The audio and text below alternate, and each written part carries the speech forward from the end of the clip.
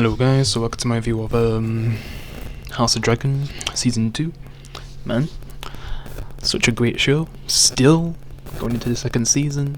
Definitely makes up for Game of Thrones Season 8 because that was just awful. This is where Disney needs to learn from their mistakes, which they're not. They're just making something even worse, like Star Wars Acolyte. I've heard so many bad things about that, like flipping lesbian witches and stuff. Like, ugh. I've been done with Star Wars for a while now.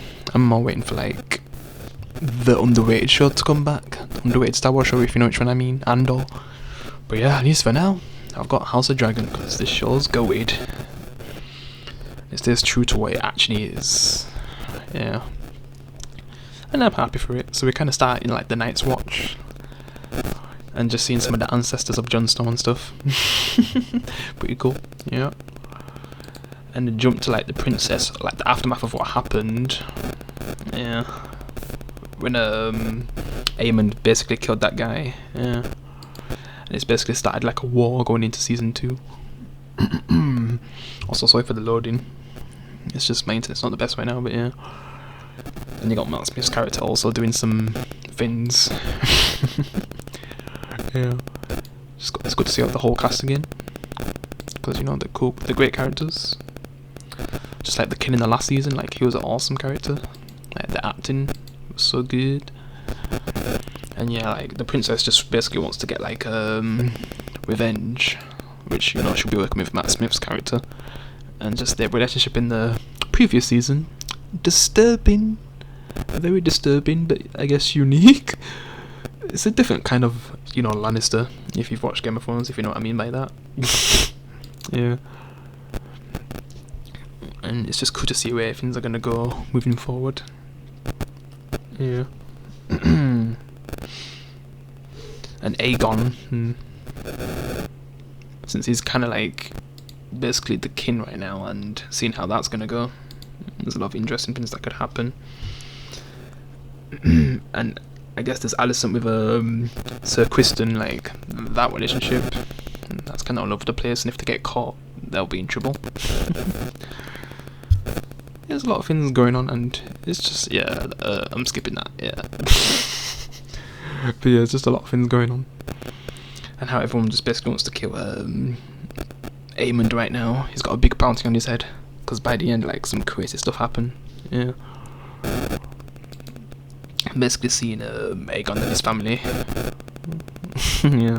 And how flipping the episode ends with their family being in danger from Matt Smith's character's, you know, hit, like, for trying to kill, you know, Aemond.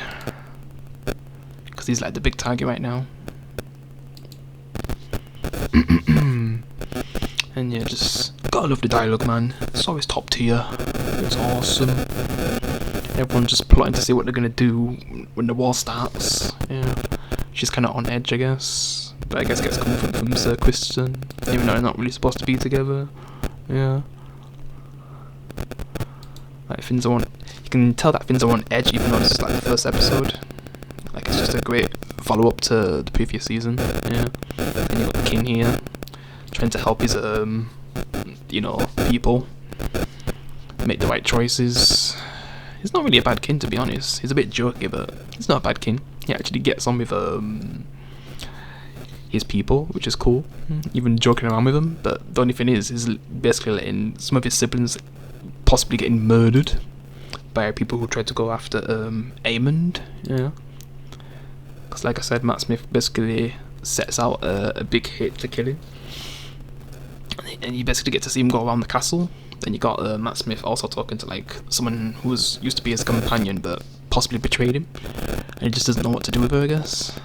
So he's just trying to figure that out. So he just locks her up for now. Yeah. Even though like I guess one of the guards thinks she's not really a traitor. And then you got them reuniting the siblings. Like their relationships all over the place, but you know, the princess, she just wants revenge on Aemond. So Matt Smith's character, that's what he sets out to do. Basically putting a hit on Aemond, sends people to the castle, Aegon's castle, to kill Aemond, which you kind of get to see him, I guess, briefly, like obviously plotting for what he's gonna do, and how he feels like he's getting blamed for starting a war, even though he kind of killed you know, the person by accident, and it's just started this big thing for the next season. Everyone being at war with each other, and you know how they promoted this season, like whose side are you on?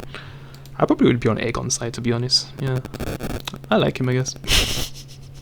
Though out of the options, the incest princess, flipping I don't know if anyone would basically count as his own side because they're both part of the same thing, like Aemond and Aegon. Yeah.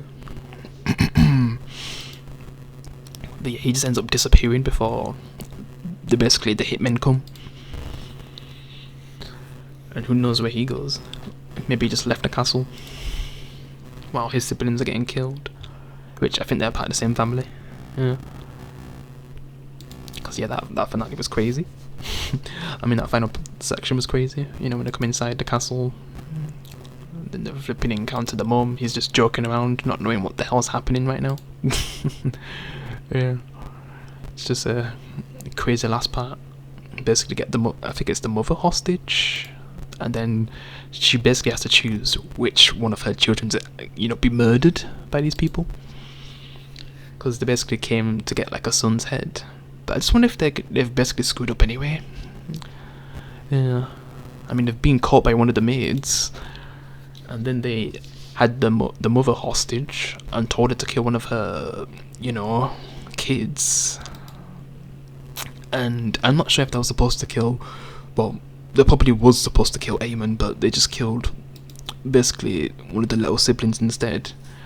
Which was just pretty dark, man. Just hearing the noises and everything. Obviously, you don't see it, but just hearing it, it sounds even worse. Yeah, and that's the magic of Game of Thrones. Sometimes they even have to show you stuff to make it feel brutal.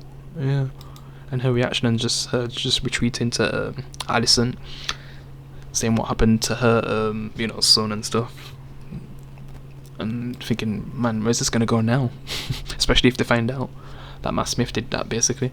Even though I don't know if he wanted that kid to be killed. It was more like Aemon, so they've basically failed their job, and they're possibly gonna get killed afterwards, I guess. Probably.